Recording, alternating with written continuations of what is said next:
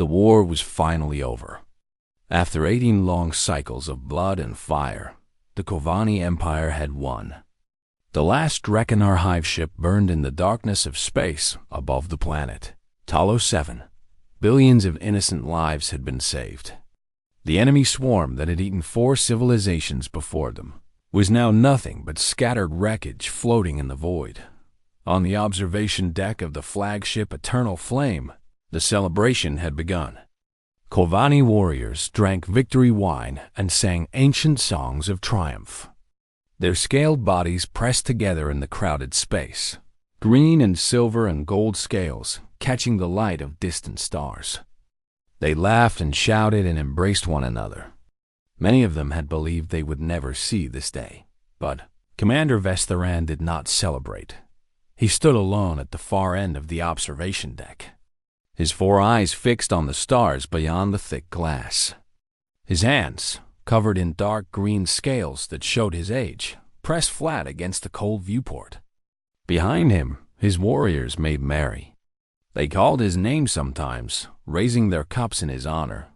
He did not turn around. Vestharan was old. He had fought in wars before this one. He had seen empires rise and fall. He had watched good soldiers die and bad soldiers survive. War had no fairness in it, and he had made peace with that truth long ago. But this war had been different. This war had changed everything he thought he knew about the galaxy and the creatures in it.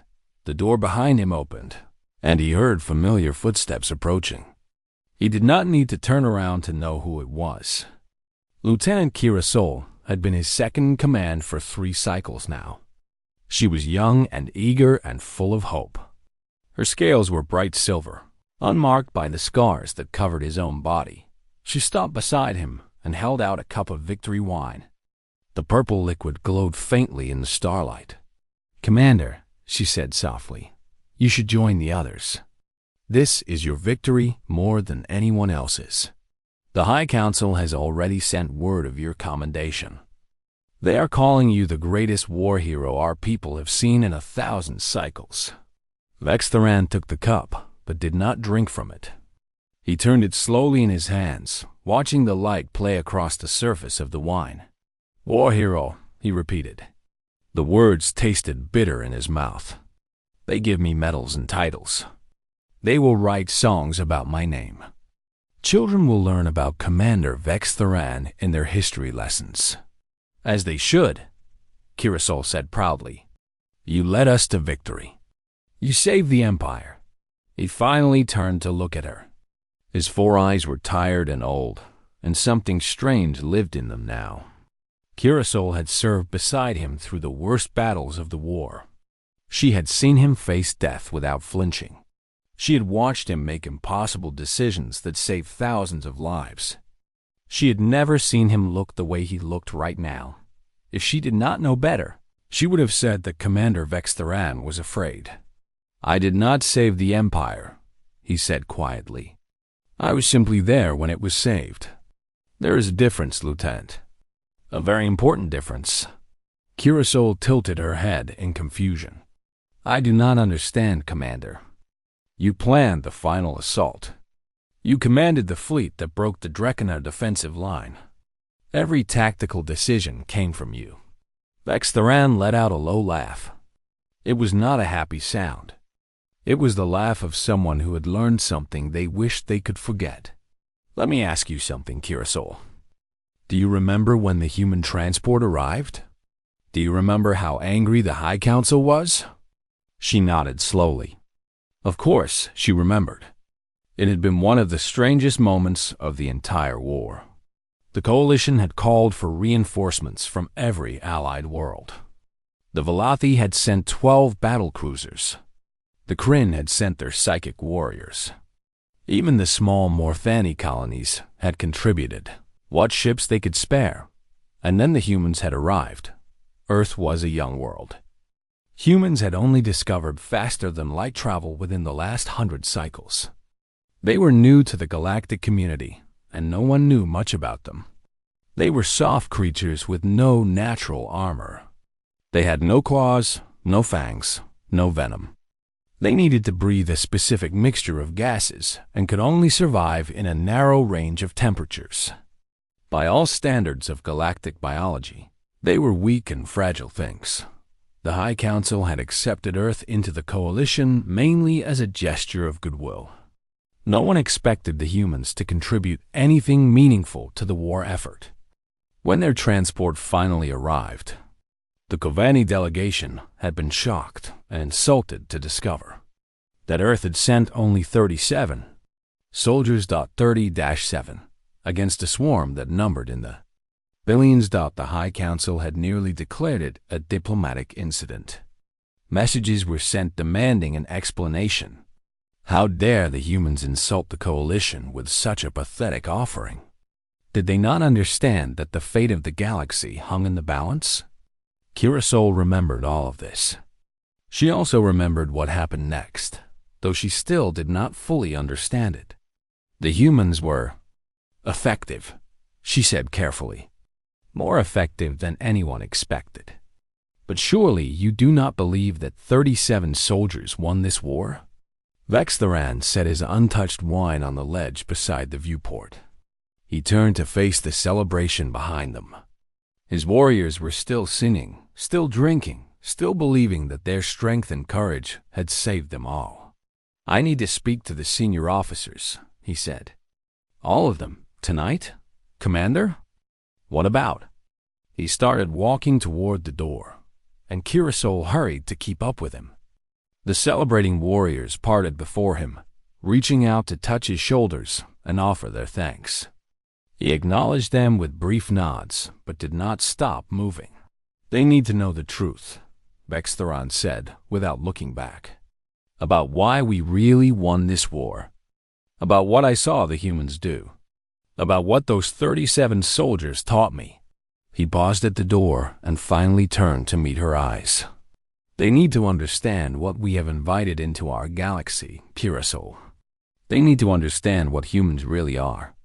Because if we do not learn this lesson now, while the humans still consider us friends, we may not survive long enough to learn it later. The door slid open, and Commander Vextharan walked out into the corridor, leaving the sounds of celebration behind him. Kirasol stood frozen for a moment, her silver scales pale with confusion and the first cold touch of fear.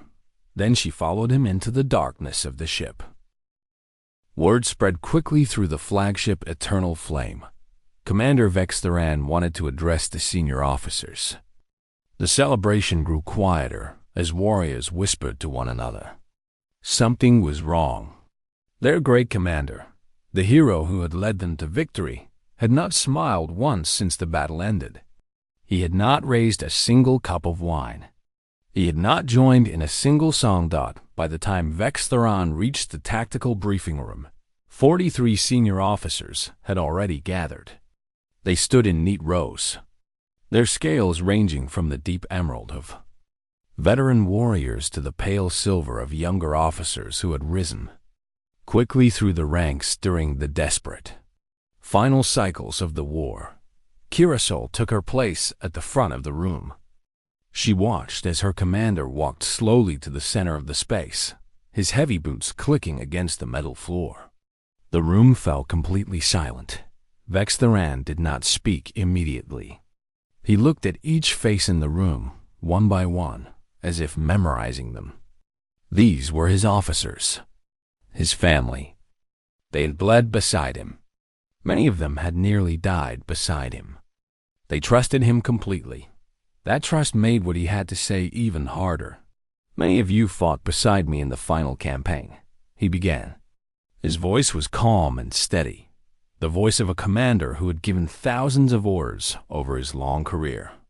Many of you remember when the human transport arrived. 37 soldiers. That was all Earth sent to honor their alliance treaty. A few officers shifted uncomfortably. The memory was still fresh and still embarrassing. The High Council had been furious. Diplomatic messages had flown back and forth for days. I was there when their commanding officer stepped off that transport, Vextharan continued. I was there to deliver the High Council's official protest. I was ready to tell the humans that their insult would not be forgotten. He paused and took a slow breath. The human commander was a female named Kate Morrison. She was small. Her head barely reached the middle of my chest. She had soft pink skin and brown hair, and eyes the color of forest leaves. She wore simple combat armor that looked like it would break if I struck it with my fist. She had no scales, no claws, no natural weapons of any kind. Several officers made quiet sounds of contempt. They remembered the humans. Fragile little creatures who needed special breathing equipment and temperature-controlled environments. Creatures who slept for a third of every day and needed to consume food and water constantly just to stay alive. I told her that 37 soldiers was an insult, Vextheran said. I told her that we were fighting for the survival of the galaxy. I told her that the Draconar swarm had consumed 4 civilizations and would consume ours too if we did not stop them. I asked her how Earth dared to send so few warriors when so much was at stake. He stopped pacing and stood very still. Do you know what she said to me? The room was silent. Every officer leaned forward slightly, waiting. She smiled. Not a nervous smile or an apologetic smile. A real smile. The kind you see on a warrior who knows something you do not know. And then she said, very calmly, Commander, 37 is more than enough. Just point us at the enemy. Vextheran let those words hang in the air. I thought she was insane. I thought the humans were fools who did not understand the scale of the war they had joined. I reported to the High Council that Earth's contribution was worthless and that we should expect nothing from them. He began pacing again, his hands clasped behind his back. For the first few weeks, I ignored the humans completely. I had real soldiers to command. I had battles to plan. I did not have time to worry about 37 soft-skinned aliens who thought they could make a difference. Then the siege of Talos 7 began. The mood in the room changed instantly. Every officer remembered the siege. It had been the worst battle of the war. The Draconar had thrown everything they had at the planet, determined to break through the Coalition defensive line and consume the billions of innocent civilians below. For 37 days, the Coalition fleet had fought without rest. Ships were destroyed faster than they could be replaced. Warriors died by the thousands. On the 19th day of the siege, Vextheran said, I received a request from Kate Morrison. She wanted to speak with me about a tactical proposal. I almost refused. I was exhausted and angry and did not want to waste time listening to whatever foolish plan the humans had invented. He stopped pacing, but something made me agree to the meeting. I still do not know what it was. Perhaps fate. Perhaps luck. Perhaps something else entirely. Kate Morrison came to my command center with 2 of her officers, a male named Danny Russo and a female named Megan Price. They were even smaller than Morrison. Russo had dark hair and scars on his face. Price had yellow hair tied back in a tight knot and eyes that never stopped moving, never stopped watching. Morrison spread a tactical map on my table and pointed to the Draconar carrier that anchored their defensive perimeter. The carrier was the key to everything. As long as it existed, the Draconar could coordinate their swarm ships and maintain their defensive formation. We had already lost 14 capital ships and 8,000 warriors trying to destroy it. Morrison looked at that carrier, looked at all the death it had caused, and said 5 words that I will never forget. Vextheran's voice dropped lower. She said, "We will board that ship." Several officers made sounds of disbelief. Board a Draconar carrier? The idea was madness. The ship was protected by hundreds of defensive weapons. Even if someone could get inside, there were 40,000 Draconar warriors aboard. It would be suicide. I told her exactly that, Vextheran said. I told her it was impossible. I told her that sending soldiers into that ship would be murder, not warfare. Do you know what she said? He looked around the room at his officers. She smiled again. That same smile. And she said, "Commander, my people have a saying. Impossible just means no one has done it yet.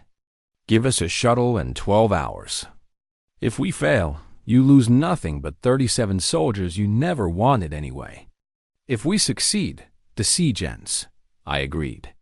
I told myself it was because I had nothing to lose. I told myself the humans were going to die anyway, so they might as well die doing something useful. Vextheran's hands curled into fists at his sides. I was a fool. I had no idea what I had just unleashed. I had no idea what humans were capable of when they decided that something needed to die. He looked at Kirasol, and she saw that strange fear in his eyes again. What happened next changed everything I believed about war, about courage, and about the soft little creatures from the planet called Earth. Senior Tactician Mornveth was the oldest officer in the room. His scales had faded from bright green to a dull gray color over his many cycles of service. He had fought in 3 wars before this one. He had seen things that would break younger minds. He was not easily impressed. He raised his hand slowly, and Vextheran nodded for him to speak. "With great respect, Commander," Mornveth said. "We all saw the humans fight during the siege. They were effective. More effective than we expected. But surely you do not believe that 37 soft-skinned aliens won the war for us? We had 12,000 ships in that battle. We had millions of warriors. The humans were a tiny drop in a vast ocean." Vextheran looked at his old friend with something like sadness in his 4 eyes.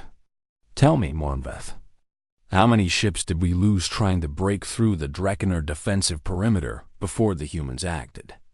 14 capital ships, Mornveth answered immediately. 8,000 warriors. Good soldiers, all of them. And how did we finally break through that perimeter? Mornveth did not answer. He knew. Everyone in the room knew. But saying it out loud felt wrong, somehow. Vex, single quotes, Tarn, walked to the holographic display at the center of the room and activated it. The image of the Drekkener carrier appeared, floating in the air above the projector. It was a massive ship, ugly and organic-looking, covered in weapons and armored plates grown from living tissue. 6 humans? Vextheran said quietly.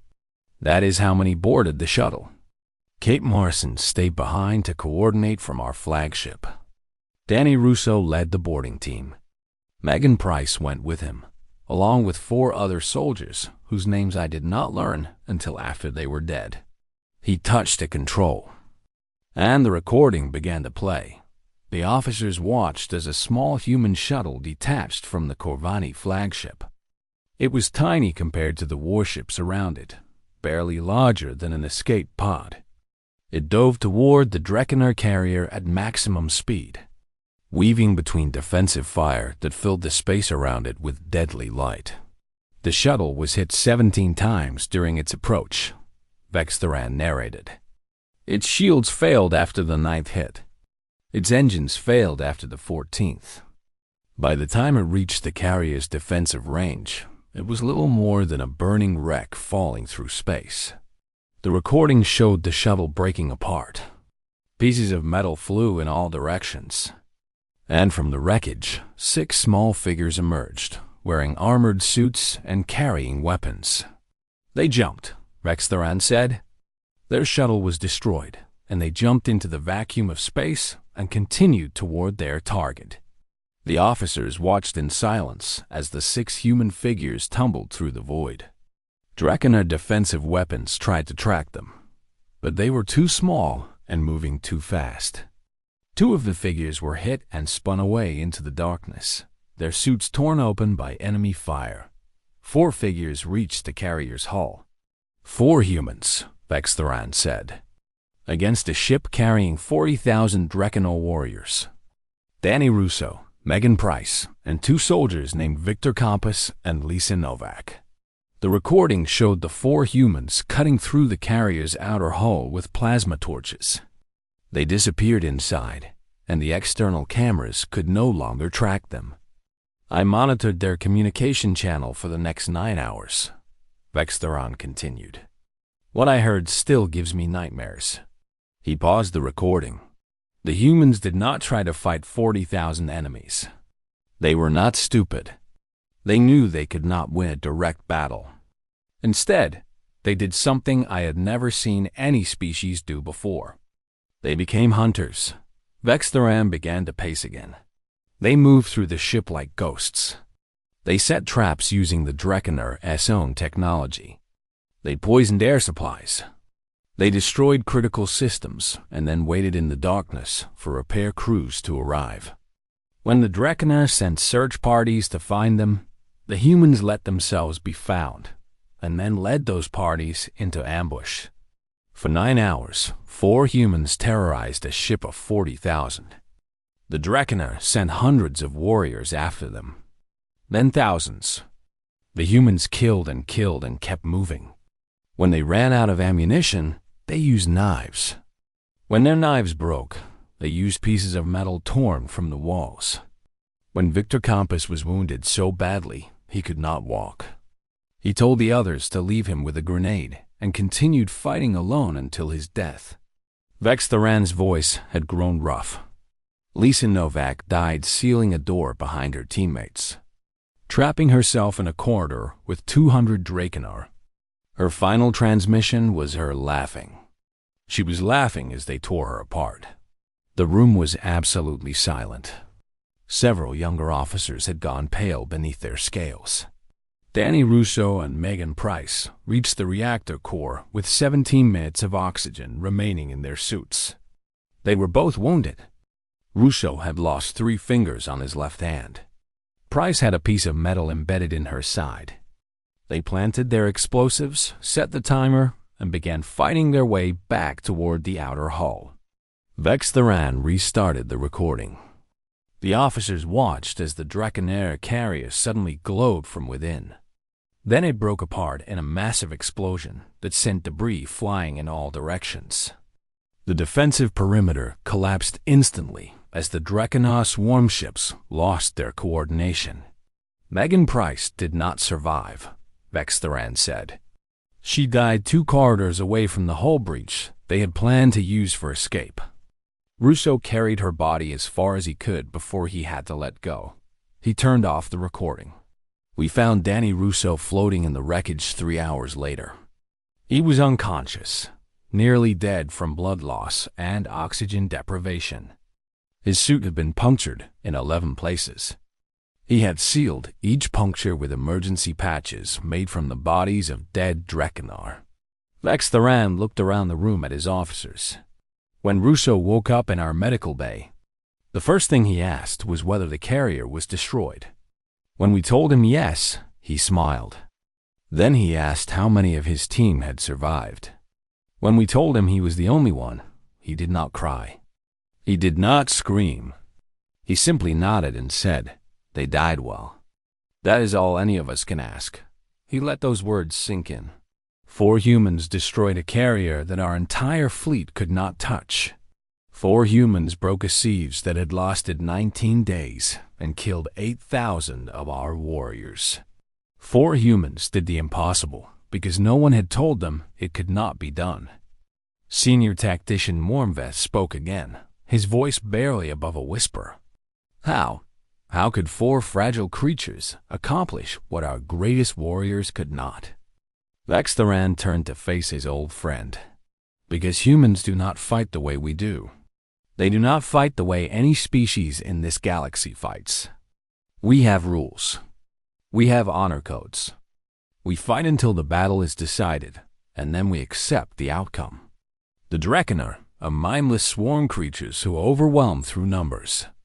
Every species has a pattern, a way of making war that can be predicted and countered. His voice dropped. Humans have no pattern. They lie. They cheat. They adapt. They refuse to accept defeat even when defeat is certain. They will drag themselves through fire with broken bones to complete their mission. They will sacrifice themselves not for honor, but for spite. And the worst part, the part that truly terrifies me, is this. He met Mornveth's eyes. They enjoyed. The briefing room had grown cold. No one spoke. The younger officers stared at the floor at their hands, trying to process what they had just heard. The older officers exchanged glances filled with unease. Even Mornveth, who had seen so much in his long life, looked troubled. Finally, a young officer named Talvex spoke up.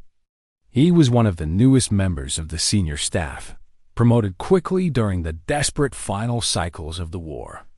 His scales were bright blue, marking him as a member of a noble family. "Surely you exaggerate, Commander," he said. His voice carried the confidence of youth and privilege. "The humans are remarkable, yes. The carrier assault was impressive. But they are still soft creatures. They require constant temperature regulation. They sleep for a third of their existence. Their bones break easily. They have no natural weapons, no armor, no venom. How can such fragile beings truly be so dangerous?" Vextheran studied the young officer for a long moment. There was no anger in his gaze, only a deep and weary patience. "Let me tell you what I witnessed in the tunnels of Krin 4, he said. "Perhaps that will answer your question." He began to pace slowly, his hands clasped behind his back. The assault on Krin 4 happened in the 15th cycle of the war. The Drekenar had established a breeding nest deep beneath the planet's surface. If we did not destroy it, they would produce enough new drones to overwhelm our defensive lines within 3 months. I led the ground assault personally. Several officers nodded. They remembered Krin 4. It had been one of the bloodiest battles of the war. We sent 2,000 warriors into those tunnels. We expected heavy resistance. We did not expect the Drekenar to collapse the main entrance behind us.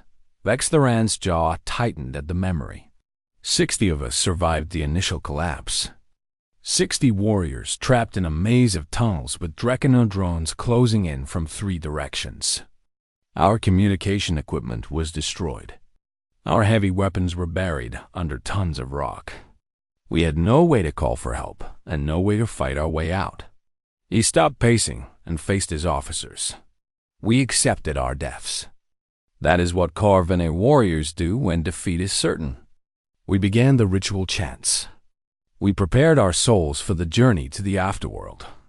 We waited for the end. There were 3 humans with us. They had been assigned to our unit as observers, a gesture of cooperation between our peoples. A medic named Sam Delgado, a combat engineer named Hannah Torres, and their squad leader, a scarred male named Chris Hartley. Vextheran's expression changed. Something almost like wonder entered his eyes. Hartley watched us prepare to die. He listened to our chants. And then he laughed. Several officers made sounds of offense. To laugh at death rituals was a grave insult in Corvani culture. It was not a mocking laugh, Vextheran said quickly. It was the laugh of someone who genuinely found our behavior confusing. He looked at me with those strange human eyes and said, "Commander, what are you doing?" "We are not dead yet." I told him that our situation was hopeless. We were trapped, outnumbered, and outgunned. Death was certain. He shook his head and said words I will never forget. He said, "Nobody is dying today except the bugs. Sam, patch up whoever is bleeding. Hannah, I need you to turn those mining charges into directional explosives. Everyone else follow me. We are going to make them regret ever crawling down here." Vextheran resumed his pacing. 6 hours, those 3 humans led us through those tunnels. They did not think like warriors. They did not fight like warriors. They thought like predators, like hunters. Hartley knew things about combat that no training could teach. He could look at a tunnel and see not just what it was, but what it could become. A narrow passage became a choke point where 3 warriors could hold off 100 drones. A collapsed section became a trap that buried 50 enemies alive. A chemical storage room became a weapon that poisoned an entire branch of the tunnel network. When Hartley ran out of ammunition for his weapon, he did not despair. He picked up a broken support beam and kept fighting. I watched him kill 11 Dreckener drones with that piece of metal. His arms must have been burning with exhaustion, but he never slowed down. Vex Theran's voice grew softer. Hannah Torres was wounded early in our escape. A drone's claw tore open her side. Do you know what she did? She took her plasma cutting tool and cauterized her own wound. I could smell her flesh burning. She did not scream. She did not cry. She finished sealing the wound and went back to building traps. Sam Delgado saved 12 Kurvani lives that day. He moved through the chaos like a ghost, appearing wherever he was needed most. He treated wounds that our own medics had given up on. He kept warriors alive through sheer stubbornness, refusing to let them die because he had decided they would not. We lost 9 warriors in those tunnels. 9 out of 60. We should have lost all of us. Every tactical calculation said we should have died down there. But the humans did not care about tactical calculations. They only cared about survival. Vex Theran stopped and turned to face Talvex directly. When the rescue team finally broke through to us, they found Hartley carrying Sam on his back. Sam had lost consciousness from blood loss. Any other soldier would have left him behind to increase their own chances of survival. But Hartley refused.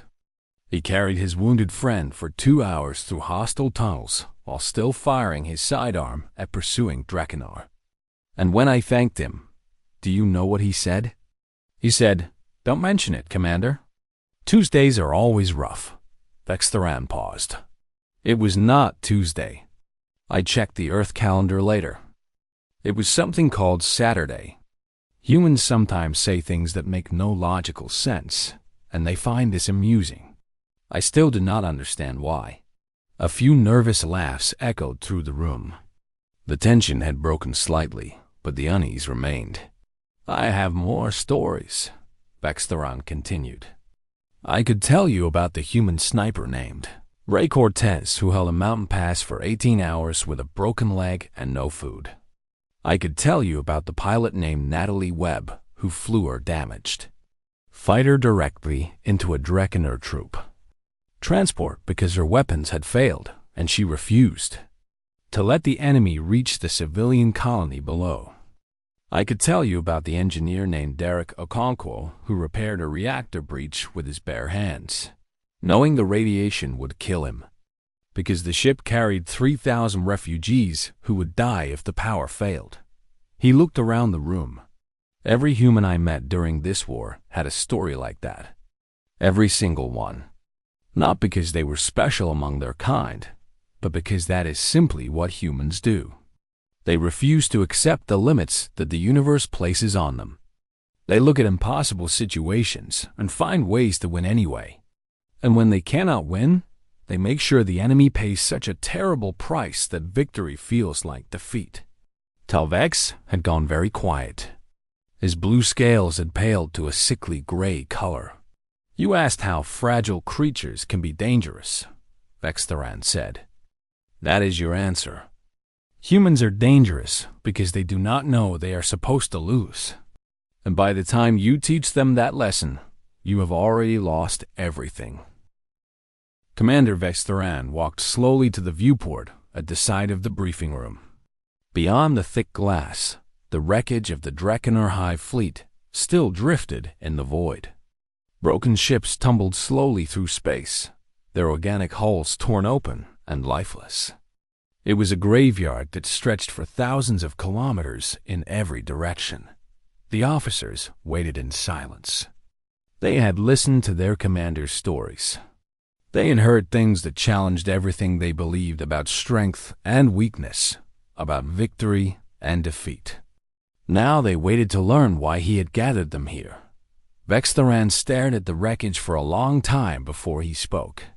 "I did not gather you here to praise the humans," he said finally. His voice was heavy with exhaustion and something deeper. "I gathered you here to warn you." He turned to face his officers one last time. "In 37 humans, I witnessed more creativity, more adaptability, and more sheer terrifying determination than in all the armies of the Kovani Empire. 37 soldiers. That is all Earth sent. And those 37 soldiers changed the course of the war." He began walking slowly along the edge of the room, passing his officers one by one. "Earth has billions of humans. Billions. They have been fighting each other for their entire history. War is not something new to them. It is something they have perfected over thousands of cycles. They have developed weapons and tactics that we cannot imagine. They have learned to turn every disadvantage into an advantage, every weakness into a trap. And they are young. Their civilization is barely a blink compared to ours. They discovered faster-than-light travel within living memory. They have not yet learned the caution that comes with age. They have not yet been broken by the weight of history. They still believe that any problem can be solved through sufficient effort and stubbornness. Vex." Darren stopped in front of Mornveth. "The Dreckener swarm consumed 4 civilizations before we stopped them. 4 ancient peoples erased from existence.